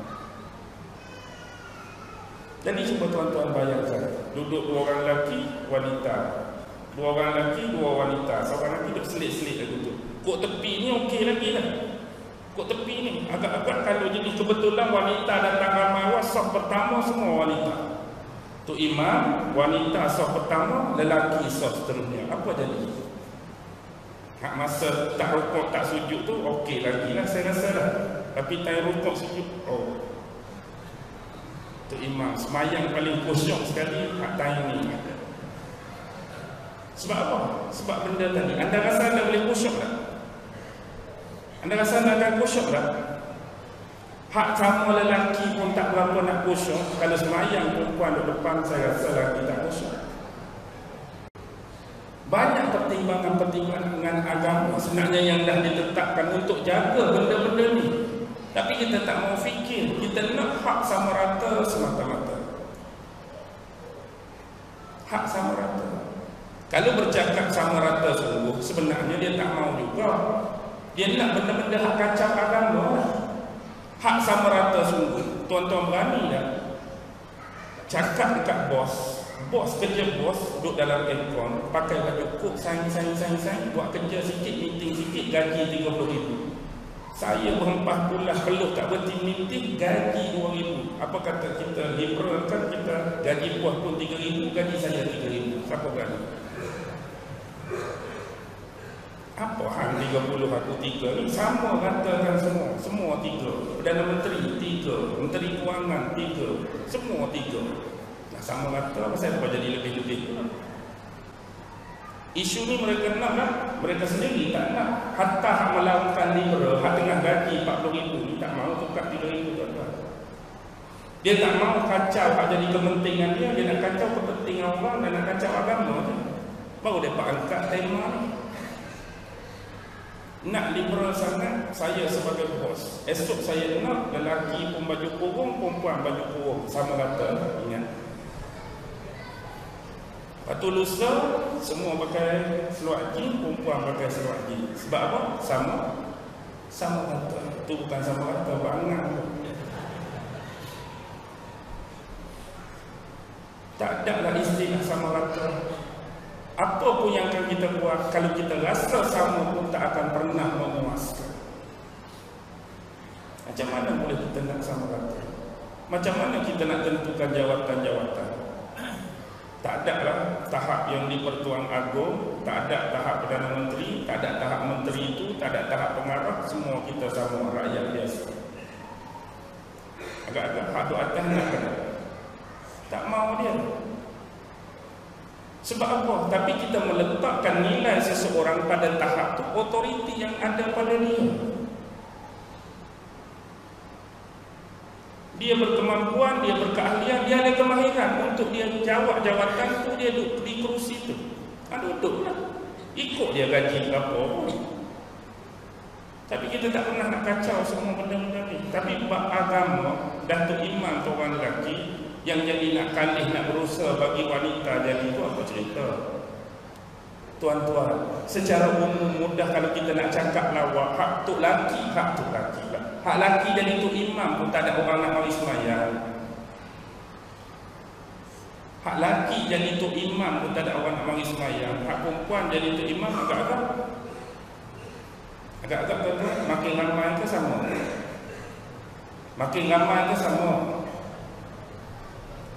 Dia mula-mula ramai lah sebab pelik. Itulah masjid pertama tu imam perempuan. Lepas pada tu apa jadi tuan-tuan? Dia jadi sama je. Kalau jenis memang tak mau main masjid, tu imam lelaki ke tu imam perempuan sama. Tu imam baca sedap ke tu imam baca tak sedap pun dia tak main. Ada majlis ilmu ke tak ada majlis ilmu dia tak main. Ada makan-makan ke tak ada makan dia tak main. Kalau memang jenis tak mau main masjid, tukarlah imam Afrika, Zimbabwe, Kongo pun. Betul saya cakap. Hak nak main, marilah tu imam mana pun dia main. Marilah ustaz mengajar mana, kalau dia nak ilmu dia dengar. Tu hak betul-betul jujur kita nak ilmu, kita nak main masjid, nak buat ibadah, nak sembahyang, nak solat, nak buat amalan. Bukan sebab-sebab tu no. Okey, tengok pula. Antara lain yang mereka buat ialah ni antara agenda istishraq. Tahu tak tuan-tuan apa istishraq? Orientalis. Orientalis antara rancangan besar mereka mengadu domba orang-orang Islam, umat Islam dengan mereka memecahkan kepada beberapa kelompok. Ni contoh tak pernah dibuat dalam sejarah. Nombor satu, mereka klasifikasikan satu kelompok umat Islam yang dipanggil Muslim Fundamental. Muslim fundamental disifatkan sebagai musuh paling utama kerana golongan-golongan Muslim fundamental yang mereka tafsirkan ini sebagai satu golongan yang nak mempraktikkan ajaran Islam secara murni dan benar, sebagaimana ajaran-ajaran Al-Quran, sunnah-sunnah Nabi dan perkaitan-perkaitan dengan ajaran-ajaran agama yang lain hasil daripada ijtihad ulama-ulama. Mereka nak mengembalikan semula sistem pemerintahan, sistem pentadbiran berteraskan kepada sistem khilafah. Mereka nak jaga agama sungguh-sungguh, seolah-olah mereka nak menerapkan semua syariat Islam dalam bidang kehidupan manusia. Satu golongan mereka label macam ni dan mereka anggap ni kumpulan yang paling mereka musuhi, kerana nak menerapkan Islam secara sempurna. Yang kedua, mereka panggil Islam apa? Mereka panggil sebagai Islam liberal. Padahal kalau kita padankan dua kalimah ni memang kontradiktif, ke depan ke balik belakang. Bila dah ada Islam, perlu lagi tak liberal? Macam kita sebut Islam tu Islam progresif, Islam tu Islam ni. Sebenarnya sifat-sifat yang kita padan dan nisbahkan tu semua Islam dah ada dah. Cuma saja kita nak lebih-lebih, nak rebranding lagi. Kita sebut Islam hebat, Islam memang dah hebat. Islam hadari, Islam dah memang hadari. Islam progresif, Islam dah memang progresif. Cuma kita nak rebranding balik agar menarik. Sebenarnya kalau kita amal betul-betul tanpa penamaan-penamaan rebranding dan repackaging lain pun, benda dah memang hebat. Tapi bila sebut Muslim liberal, dia akan datang benda-benda tadi, iaitu kelompok-kelompok yang nak menafsirkan agama cara baru, cara akal mereka ikut logik dan rasional. Mereka tak mau lagi contoh-contoh fahaman-fahaman kodok yang terikut-ikut. Ikut-ikut siapa? Ulama tadi. Seolah-olah pandangan ulama tu yang paling ada otoriti, agama ni tak akan berkembang. Jadi kita nak bagi Islam ni makin maju, makin moden dan makin berkembang, kita kena menerima, menyusupkan pandangan-pandangan baru, tafsiran-tafsiran baru bagi agama. Anda lihat hari ini, memasukkan tafsiran baru bagi agama oleh golongan-golongan liberal makin mencantikkan agama atau makin merosakkan agama? Secara jujur tuan-tuan lihat apa yang berlaku dalam sosialisasi masyarakat ini. Lagi cantik atau lagi teruk jadi? Makin jadi teruk. Liberal-liberal ni nak menggambarkan aurat. Hak kita selama ni pakai tudung, tutup kepala tu adalah budaya orang Arab. Tak ada, semua benda ni tak wajib, tak perlu pun. Jadi kita bebas untuk tunjuk mahkota wanita kita, free hair kita, lifestyle kita. Itu budaya orang Arab. Sebab Nabi Muhammad orang Arab, sahabat orang Arab, dan itu budaya orang Arab, tak perlu ikut sebab kita orang Melayu. Tuan-tuan boleh terima tak pandangan macam ni? Baik. Tapi bagaimana pula hak free hair ni kalau kita letak pada pandangan orang Kristian? Dulu agama asal Kristian, kita kata penisbahan, diletak atas penisbahan Nabi Allah Isa. Nabi Allah Isa diutuskan kepada bangsa. Hak betul zaman dia. Allah utuskan Nabi Isa untuk Bani apa? Bani Israel, orang-orang Yahudi. Jadi apa kena mengenal dengan kita orang Melayu ini? Apa kena mengenal dengan orang Kristian bangsa-bangsa lain hari ini? Tak ada kena mengenal. Lepas tu yang nak memaksa-maksa tu macam mana? Kalau nak betul ikut hak tu lah. Ikut hak tu lah. Kalau kita kata ikut hak tu pun, dia akan buat ayat yang sama. Dia akan buat yang sama.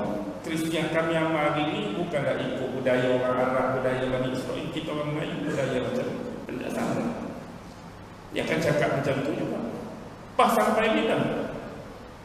Hak tu budaya orang Arab, hak ni budaya Israel, hak ni budaya Yahudi, hak kita sendiri yang boleh.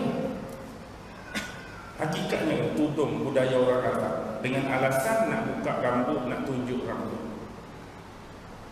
Hak ni budaya orang ni.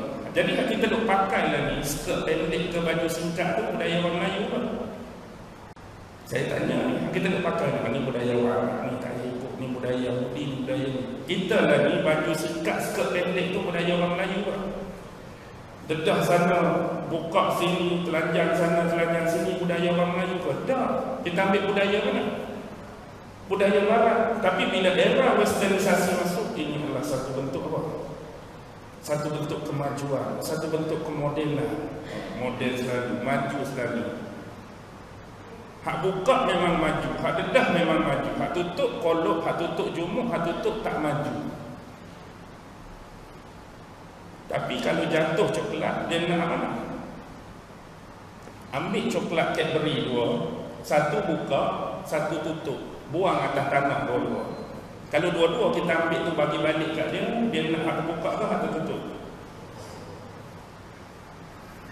Tadi nak buka semua dah. Bila jatuh coklat Cadbury, dia nak tak buka lagi. Hak buka dah, kenapa dia tak mau? Sebab apa? Pasir penuh, ada ulat tu, ada kotak ni. Dia tahu benda tu, ni kiasan bodoh lah, hak faham-faham lah. Hak biasa ni pun kita tak mau dah terdedah terbuka. Kita nak hak tertutup juga, terjamin kualiti dia. Saya pun nak dedah sana. Dia tahu orang Arab dulu, hak lelaki kuat nafsu syahwat dia, kuat set dia. Sampai orang perempuan Arab kena tutup, tak mau bagi kenal rupa, tak mau bagi tahu siapa dia. Lepas tu hari ni ada roboh orang tu macam mana? Hak duk kena roboh kat orang tu, hak roboh orang tu, hak tutup ke hak buka? Tuan-tuan, kita kata orang Arab dah putus sebab lelaki dia kuat. Kita tak kuat, tengok ada buka pun tak kuat, lain biasa-biasa. Tapi hakikatnya berlaku tak kes-kes roboh, kes-kes zina? Berlaku. Hak jadi kes roboh, kes zina tu tak berapa lain. Maksudnya semua kuat, semua bertenaga, bukan terapai layu di tasik madu. Benda ni marilah bangsa apa pun, selagi ada nafsu, apa jadi? Nafsu yang tak dikawal oleh panduan agama, jadilah benda tu. Hak ada panduan agama pun kalau kita langkau, kalau kita bunuh melampaui batas, jadi juga. Hak jenis orang hak tak erti agama ni, dia akan buat benda tu, perzinaan sebagai contoh. Sebab dia tak tahu apa baik buruk. Hak ada agama pun, hak memang agama larang, kalau kita bunuh melampaui batas, jadi atau tak jadi benda tu? Jadi. Hak kopiah jadi, hak serban jadi, hak jubah jadi. Kenapa? Nafsu punya pasal. Bila nafsu tu terlebih, nafsu tu tak boleh kawal, dia akan jadi hulu, dia akan jadi melampau. Marilah sesiapa pun. Baik. Kumpulan yang kedua, kumpulan yang ketiga, Islam formality. Islam formality ni dianggap orang-orang Islam macam kita. Orang-orang awam, orang-orang jenis mengaji tak mengaji, orang-orang ada ilmu sikit-sikit. Hak bukan jenis bagi kat orang, tapi hak jenis dengar daripada orang. Maksudnya kalau dalam bab ibadah, mereka statistik, mereka klasifikasikan kita sebagai hak kita duk buat hari ini ikut turun-temurun, ikut nenek moyang, bukan ikut betul-betul ajaran Quran dengan sunnah. Yang inilah mereka anggap paling tak serius, paling tak berbahaya. Orang macam ni mudah, dia macam hidup. Kalau kita kata A, sekejap dia pergi ke A. Kalau kita kata B, sekejap pergi ke B. Dia bukan orang hebat-hebat, bukan jenis, bukan bijak. Jenis orang akan makan suap. Jenis kalau lembu tabuk ayam garam. Lembu ni tabuk ayam garam sana, dia pergi sana. Tabuk ayam garam sini, dia pergi sini. Ini tak bahaya langsung. Walaupun nampak dia ni bersatu, walaupun nampak dia ni ramai, walaupun nampak apa, tak ada nilai. Ini macam buih. Satu dia panggil Islam Muslim Nationalist. Muslim Nationalist ialah Muslim yang kita letak dalam kategori amat menyayangi negara, amat menghormati undang-undang negara. Kadang-kadang kemelampauan golongan nasionalis ni, bila mari ajaran agama, bila mereka teliti ajaran agama ni sama dengan undang-undang negara, mereka boleh terima. Tapi bila ajaran dan undang-undang agama ni tak selari dengan undang-undang negara, mereka boleh tolak. Tolak hak negara ke tolak hak agama? Tolak hak negara ke tolak hak agama? Mereka boleh tolak hak agama. Mana boleh ni prioriti kenegaraan kita, undang-undang kita. Walaupun mari Quran kata tak boleh, mari sunnah kata tak boleh, dia sanggup tolak Quran sunnah semata-mata nak jaga legasi dan prioriti yang ini. Kenapa? Nasionalisme punya pasal melampau, fanatik, taksub. Itu belum lagi Muslim sekular. Muslim sekular yang hidup pemisahan tadi, yang eksklusif yang kita sebut depan tadi. Selain daripada amalan, selain daripada ibadat, dia dah jadi inklusif. Jadi semua hak 2 sampai last bawah akan jadi musuh kepada Islam fundamental. Tuan-tuan tengoklah di mana-mana. Ini yang berlaku. Hak betul-betul nak terap yang sebenar, hak betul-betul nak amal yang sebenar, hak betul-betul nak buat yang sebenar, itu akan dimusuhi oleh Muslim-Muslim tahapan-tahapan yang disebutkan di bawah dia. Hak sebenar itu akan dimusuhi oleh liberal. Hak sebenar itu akan dimusuhi oleh golongan formalitis, hak biasa-biasa. Hak sebenar itulah akan dilawan oleh nasionalis tadi. Hak sebenarlah yang akan dilawan oleh Muslim yang berfikiran tala ke arah sekular. Kenapa mereka nak buat pecahan macam ni? Kerana mereka tahu cara terbaik untuk rosakkan perpaduan dan kesatuan orang Islam dengan memberikan labelan-labelan dan kumpulan-kumpulan dan aliran pada mereka. Ini kumpulan A namanya ni Islam, kumpulan B kita letak nama ni Islam, kumpulan C kita letak nama ni Islam, aliran tu, aliran B, pahaman tu, pahaman ni. Semua ni orang Islam, semua ni Muslim. Tu belum lagi parti. Parti ni A orang Islam juga, parti ni B orang Islam juga, parti ni C orang Islam juga. Walhasil apa yang akan terjadi? Bila anda duduk di mana-mana aliran, mana-mana kumpulan, mana-mana parti, adakah anda akan merasa anda duduk di tempat yang salah atau duduk di tempat yang betul? Skeptik biasa, bila anda masuk mana-mana kumpulan, anda nak masuk kumpulan yang betul ke kumpulan yang salah? Kita tak boleh tentukan lagi mana betul. Tapi bagi diri anda rasa kumpulan C yang betul. Anda pun masuk aliran kumpulan C. Sebab apa anda masuk? Sebab anda rasa kumpulan ni yang betul. Bila kumpulan ni yang betul dalam ramai-ramai, dia akan timbulkan fanatisme pada anda. Apa fanatisme? Apa ketaksuban? Hak lain semua tak erti. Kumpulan kami saja hak erti. Hak lain semua tak pandai. Kumpulan kami saja hak pandai. Hak lain semua tak betul. Kumpulan kami saja betul. Hak lain semua sesat. Kami saja hak tak sesat. Lepas tu bila dia condemn macam ni, dia claim macam ni, orang lain kata apa? Orang lain pun kata benda sama juga. Kumpulan A pun kami hak terbaik, orang lain tak lagi. Kami yang paling bijak, orang lain tak bijak. Lepas tu kalau C dengan A cakap, kumpulan lain tak mau cakap, B pun sama. Setakat aku tahu A dengan C tak lagi, B paling hebat. Tanya siapa pun kalau buat wawancara secara tertutup sembunyi seorang-seorang, kami hebat, kami pas semua kami hebat, mana satu betul, mana satu tak betul ni. Semua betul. Akibatnya duk berasa lagu tu, fanatik lagu tu, dia akan menimbulkan perpecahan, permusuhan. Kalau kami betul tak betul, mari kita berdebat, menentukan debat aja. Mari kita berbalah, mari kita dialog, mari kita tu, mari kita ni. Forward.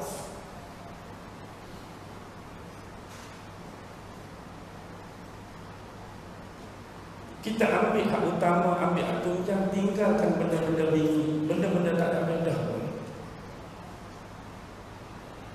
Dan ni sebab kita berpecah belah, kesatuan kita hilang. Tuan-tuan tanyalah sesiapa pun, makin kita berpecah, kita makin kuat atau kita makin lemah? Kita makin lemah. Semua orang tahu itu, makin kita berpecah, makin kita bergaduh, lemah.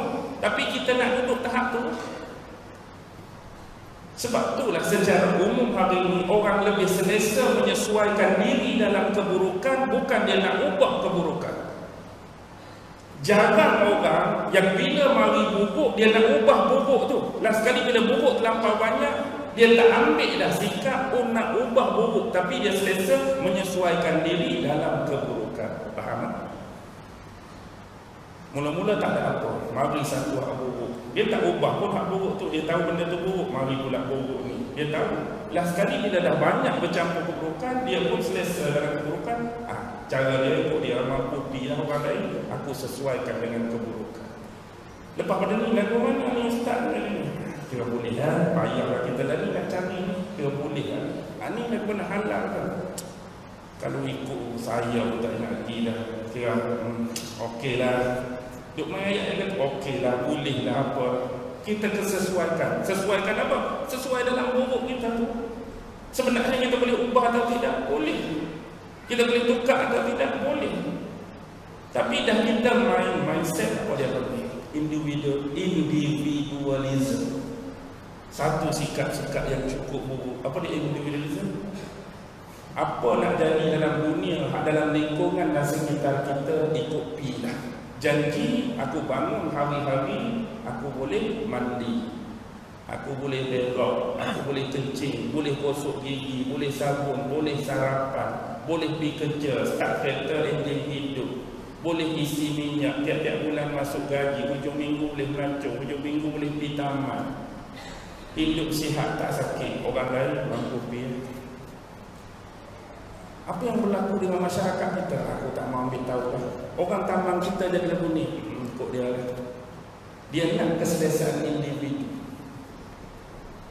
Tak jadi apa pada dia, tak terusik kehidupan dia, tak terusik pada gaji dan kewangan dia, dia tak kacau. Janji dia boleh go on hidup. Ada tak orang macam ni tuan-tuan? Dia tak mau ambil tahu pun persekitaran dia. Kalau kita semua mewujudkan budaya individualism macam ni, apa akan jadi? Orang tu pun hal dia, kita hal kita. Orang sakit pun tak ada orang nak jenguk. Orang nak pergi ke Mekah pun tak ada orang nak ziarah, tak ada orang nak ucap tahniah. Anak dia ni berjaya pun tak ada orang bagi perangsang, bagi rangsangan. Ni jadi baik pun tak ada orang pergi. Jadi mudarat, malapetaka, ujian, musibah pun tak ada orang nak pergi ziarah. Sebab apa? Masing-masing aku. Kita boleh semua aku, waktu tak kena. Waktu kena kita nak tak apa. Waktu kita kena apa-apa, baru kita teringatkan kat orang. Contoh, musibah terjadi di dunia. Allah. Tak jadi di mana tuan-tuan? Di China. Bukan Malaysia pun.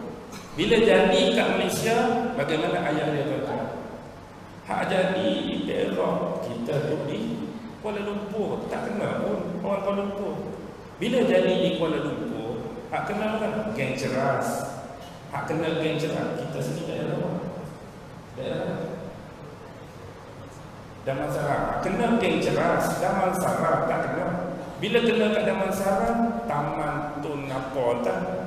Taman Tun Ismail tak kena. Bila kena Taman Tun Ismail, apa jadi? Taman Tun Ismail tak kena. Blok G. Saya duduk Blok B, tak kena. Bila kena Blok B, apa jadi? Bila kena Blok B, pakcik tingkat 13, saya duduk tingkat 2, tak kena. Bila kena tingkat 2, ada rumah 10 baris, kena tu makcik rumah nombor 3, saya rumah nombor 1. Bila kena rumah nombor 1, rumah dia dah, kena abang aku, bukan aku pun. Lepas tu bila nak kuasa? Bila kena kat dia, jatuh atas batang hidup dia, baru nak program. Jadi semua orang kena dia, baru dia rasa. Itulah jangan mudah kita menyebut tak mau kat orang masa kita sihat, masa kita okey. Lubang kubur masing-masing. Kalau orang nasihat, orang bagi saran, orang bagi teguran, hang siapa aku siapa. Hang buat amal hang, aku buat amal aku. Lubang kubur hang, lubang kubur aku. Seolah-olah dia tak memerlukan pun pada saudara dia. Tapi bila mati boleh jadi tuan. Bila mati, kalau kita mandi sendiri, kalau kita kapan sendiri, kalau kita bungkus sendiri, kalau kita semayang sendiri, kita korek lubang kubur sendiri, kita kampus sendiri balik, senang. Tapi masalahnya, hak kita kata orang itulah buat semua tu. Bila anda mati, hak ujung-ujung anda lazat tu, siapa yang tertinggal anda? Orang. Bila anda mati, hak rapatkan tangan anda, orang. Hak tutup mata anda, orang. Hak bungkus mayat anda, orang. Hak semayang anda, orang. Hak gali lubang kubur anda, orang. Hak kambung balik, orang. Hak doa pada anda, orang. Dah bila semua orang-orang, di mana hebat dan terror kita? Tadi waktu atas dunia, tak mau bantuan orang, tak mau terlibat dengan orang. Lubang kubur masing-masing, ya, lubang kubur memang masing-masing. Tapi kita masih lagi memerlukan kepada orang. 9.30 boleh pergi lagi? Atau boring lah? Ustaz boring lah malam ni. Dah berhenti awal. Okey, pergi lagi. Ni syok ni. Ayat-ayat macam ni memang ayat-ayat yang membahagiakan bagi setiap penceramah. Agak-agak boleh teka. Kalau jadi dia kata tambah 2 jam lagi, tak bahagia penceramah. Kalau dia kata boleh tambahkan 10 minit lagi, bahagia. InsyaAllah. Ni saya nak bagi marahil. Ini penting kan. Kalau tuan-tuan nak catat pun catatlah. Ni dia punya agenda. Apa dia marahil? Marahil ghazw fikr. Marahil serangan pemikiran terhadap umat Islam hari ini. Dalam kitab Syarah Rasmul Bayan dia bahagikan kepada 3 peringkat. Pertama dia panggil Qoblal Ihtilal. Maksud Qoblal Ihtilal, bagaimana mereka melakukan serangan pemikiran terhadap orang Islam sebelum jatuhnya sistem khilafah. Itu dipanggil fasa Qoblal Ihtilal. Dulu ada sistem khilafah, sebelum khilafah itu jatuh, apa yang mereka dah buat dah pada masa itu. Fasa yang kedua, fi marhalatil ihtilal. Pada masa khilafah sedang jatuh, apa yang mereka buat. Yang ketiga, ma ba'dal ihtilal. Apa pula perancangan yang mereka buat selepas memang confirm kejatuhan khalifah. Yang pertama, fasa sebelum jatuhnya khilafah, mereka lancarkan 3 benda. Pertama ialah al-istishraq, orientalis. Orientalis ni lama dah mereka bekerja. Tuan-tuan tahu dah siapa golongan-golongan orientalis? Orang-orang barat, Yahudi dan Kristian yang mengkaji sejarah, budaya, ilmu-ilmu orang-orang timur, khususnya tentang agama Islam. Mereka kaji sejarah orang timur, bahasa orang timur, struktur orang timur, penduduk orang timur, ilmu orang timur, adat orang timur, budaya orang timur. Dan pengkhususan ada kepada Islam. Cuma saya nak bahagikan, ada golongan orientalis yang benar-benar jujur dalam kajian mereka. Dia jujur dalam kajian. Dia bukan niat nak buat jahat. Maksudnya dia belajar, dia kaji kerana nak tahu betul-betul orang timur ni lagu mana, bahasa dia lagu mana, dia tak kacau orang. Satu lagi yang memang dia ada niat tak baik. Maksudnya dia nak kaji pasal agama, dia nak kaji pasal Islam, dia nak memasukkan racun-racun dan jarum-jarum halus di kemudian hari, bagaimana nak merosakkan Islam secara lembut dan halus di satu masa. Dengan apa dia guna? Dengan dia mempelajari sejarah agama Islam. Yang pertama sekali, dia macam ni. Dalam konsep kita belajar ilmu psikologi, ni dah saya sebut juga di beberapa tempat, dia ada satu bab dipanggil psikopatologi. Psikopatologi macam ni, seorang yang belajar ilmu macam orientalis, dia ada kita sebut mafhum. Apa dia mafhum? Kefahaman yang kita dapat bila kita belajar sesuatu ilmu. Memang orang orientalis, boleh kita katakan kadang-kadang ada mereka yang kaji Islam ni, mereka jauh berilmu dan hebat dari kita.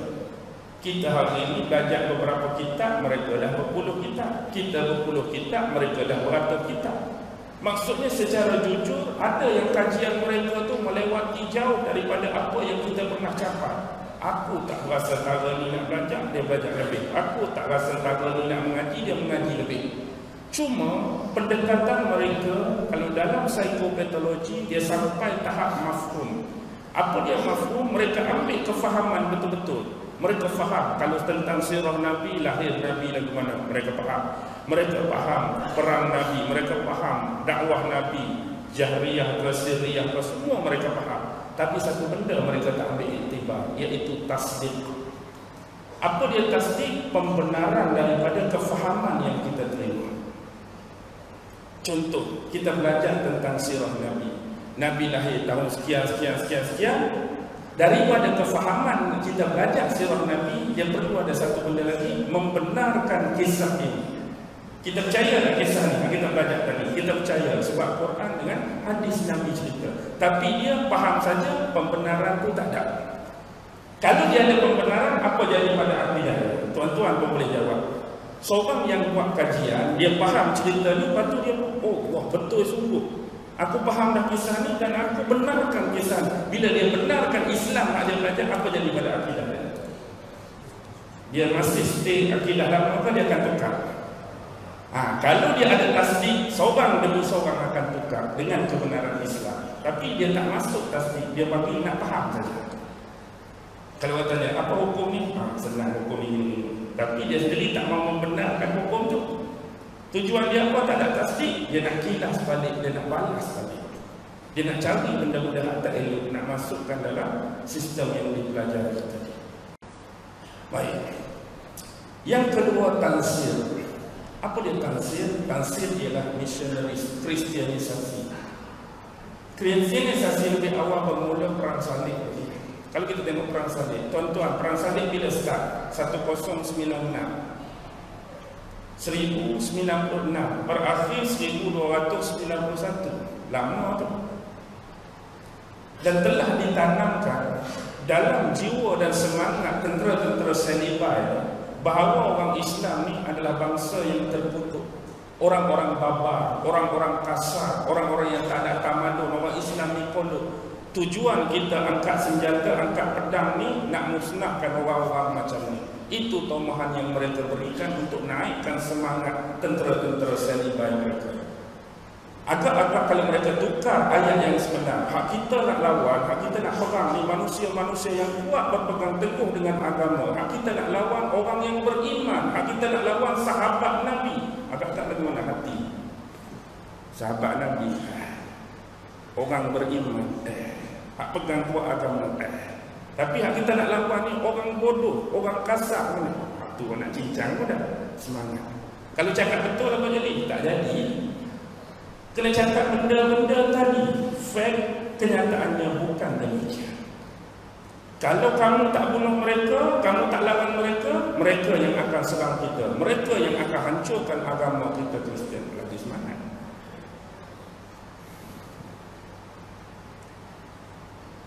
Tuduhan-tuduhan pada Nabi, apa yang mereka cerita? Last sekali rumusan antara orientalis yang disepakati, Nabi manusia biasa, tak perlu beri penghormatan pun pada dia. Dia Nabi tapi dia manusia biasa. Bila meninggal tak ada apa. Dia meninggalkan ajaran dia, tak perlu memuliakan dia, tak perlu mengagungkan pada dia, tak perlu selawat pada dia. Tak ada ayat-ayat dia. Dia nak leceh. Mulut manis. Nabi jadi manusia biasa. Hak ni dia nak pergi juga ke tahap orang-orang anti hadis tadi. Bagi dia Nabi ni tak ada value. Nabi hanya penyampai saja. Hak benda yang Nabi sampai itu tak ada value. Hadis Nabi tak ada nilai. Kita kena pakai Quran. Kalau kita fikirlah tuan-tuan, macam bila mudah dia punya conclusion. Kita nak tolak hadis sebab kita berasa hadis ni datang daripada siapa? Hadis ni kita katakan datang daripada Nabi. Nabi tu mungkin prioriti mereka tinggi, tapi sahabat-sahabat tu takkanlah manusia boleh hafal, ribu-ribu manusia boleh ingat, tak salah manusia boleh satu-satu serupa macam Nabi cakap. Sekurang-kurangnya lafaz tu tak sama dah, makna mungkin sama. Dia cuba mempertikaikan kredibiliti ulama-ulama dulu yang hebat-hebat pemikiran mereka. Jadi sebab itulah berasa manusia ni lemah, kurang, takkan boleh hafal itu hafal ni. Hadis yang sampai kepada kita mereka tolak. Isunya mereka nak terima Quran saja. Sahabat-sahabat mereka tolak. Tuan-tuan cuba buat conclusion. Quran yang mereka baca hari ni, kalau ni lah saya nisbahkan dengan Quran. Dia percaya tak Quran tuan-tuan? Dia percaya tak? Sebelum Quran dia percaya ni sampai pada dia, macam mana Quran ni boleh sampai pada dia? Ini dia kata, aku yang percaya ni Quran ni. Jadi Quran ni dia nak kata percaya tu, yang jadi boleh sampai pada dia tu melalui siapa? Takkanlah zaman Nabi tu tiba-tiba dia tidur, bangun tu ada Quran sebiji atas meja dia. Tak logik. Ni dia kata, aku percaya Quran saja. Dari mana Quran ni sampai? Zaman Rasulullah dulu dah dibukukan Quran atau belum? Bila dibukukan? Zaman start pengumpulan zaman Abu Bakar lagi tak selesai, zaman Umar tak selesai, zaman Osman dibukukan. 3 orang tu Nabi ke sahabat. Lepas tu nak bagi sampai tulis tak tulis, titik tak titik, baris tak baris, orang tak bawah tu baru dia kata, oh ni Quran ni aku percaya. Pasal apa penyampaian daripada lepas Nabi orang ni tu dia boleh percaya pula Quran tu, tapi hak hadis orang ni tu. Tuan-tuan faham tak maksud saya ni? Hak tadi sebab orang ni lah kita nak rinjit hadis, tapi Quran nak sampai apa orang ni nak bagi Quran ada tangan hang ni. Hak kamu kata orang ni lemah, lepas tu hak sampai Quran ni orang ni tak lemah. Hak ni satu sudut, orang yang sama, kelompok yang sama yang dinamakan sahabat, bila bawa mari hak ni boleh terima, bila sahabat kata hak ni kita tolak. Logik atau tidak? Logik atau tidak? Tak logik. Pasal apa? Tentang dia satu kita nak terima, tentang dia satu kita nak tolak. Bukan Quran ni siap sedia bagi kat kita lepas pada Nabi kita terus. Ya memang kita tak nafi Quran tu Allah jaga. Cuma saya nak sebut di sini dan sudut prioriti sampainya Quran pada kita jaluran mana. Bukankah dia juga datang daripada hasil kumpulan dan tulisan para sahabat berbual sampai lengkap. Orang yang sama juga yang jaga hadis. Sampai Imam Bukhari tulis, Imam Muslim tulis. Hak ni pun payah. Agak-agak habis dah 10 minit yang dicadangkan tadi lah. Apa pun tak apa lah, tak ada habis dah marhalah ni. Cuma masa yang ada kebetulan tuan-tuan, ini pesanan. Mana kamera rumah anda mana? Belakang sekali. Belakang sekali itu adalah Saudara Rahmat. Yang tuan-tuan tengok YouTube, kalau ada AKS Abu Khalijah Studio, itulah orang dia.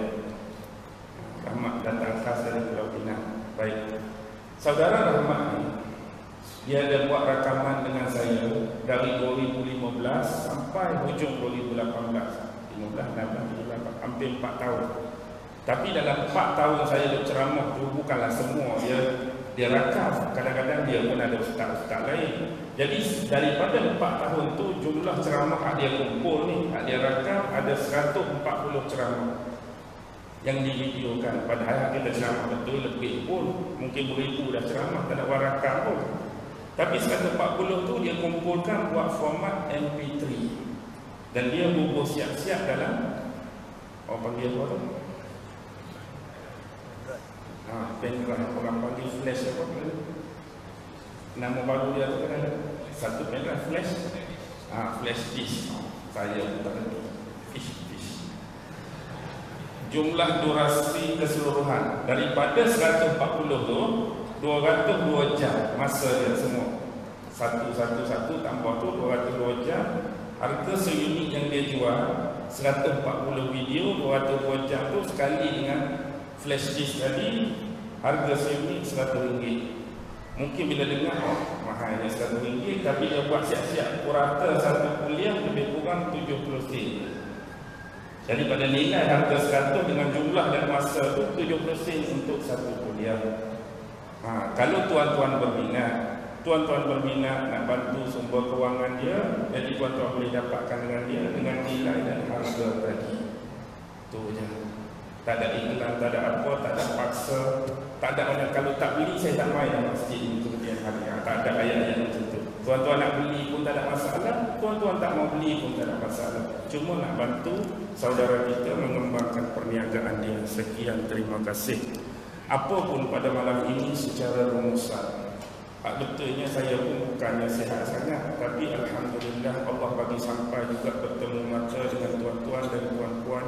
Apa yang disampaikan pada malam ini, saya tahu kita manusia ini banyak lemah, banyak kurang, banyak bocor, banyak lempang. Tapi itulah hakikatnya dengan ilmu yang ada, itulah yang saya boleh kongsikan dengan tuan-tuan secara sederhana. Nak kata detail, nak kata komplit, tidak. Tapi sebagai pemaparan untuk kita sama-sama mengambil pengajaran dan iktibar daripada dunia Islam kita sekarang yang semakin hari semakin ditekan, semakin hari semakin diancam. Apa yang berlaku di luar, dah ada saudara-saudara kita disiksa, saudara-saudara kita dibuat macam-macam, benda tu tak sampai lagi tempat kita. Kita minta jauh, wal-iyazubillah. Tapi semua dalam ilmu Allah. Hak di depan kita tak tahu apa akan jadi pada kita. Apapun, perkuatkanlah akidah masing-masing, eratkanlah persaudaraan dan tali silaturahim kita, dan teruskan dengan konsep jihad. Yang lebih utama bukan lagi jihad angkat senjata, tetapi jihad berdakwah dan memperkenalkan makhluk kita dengan Islam yang sebenar. Akhir kala apa yang baik datang daripada Allah, apa yang kurang, yang lemah, yang serba-serbi tak kena datang daripada diri saya sendiri. Angkat 10 jari, saya mohon maaf sekiranya dalam kuliah tadi ada lawak-lawak yang terlebih, ada bergurau yang terkasar. Itulah wabillahi taufiq wal hidayah. Wassalamualaikum warahmatullahi ta'ala wabarakatuh. أعوذ بالله من الشيطان الرجيم بسم الله الرحمن الرحيم اللهم إنك تعلم أن هذه القلوب قد اجتمعت على محبتك والتقت على طاعتك وتوحدت على دعوتك وتعاهدت على نصرة شريعتك فوسط اللهم رابطتها وأدم ودها واهدها سبلها واملأها بنورك الذي لا يخفو واشرح صدورها بفيض الإيمان بك وجميل التوكل عليك وأحيها بما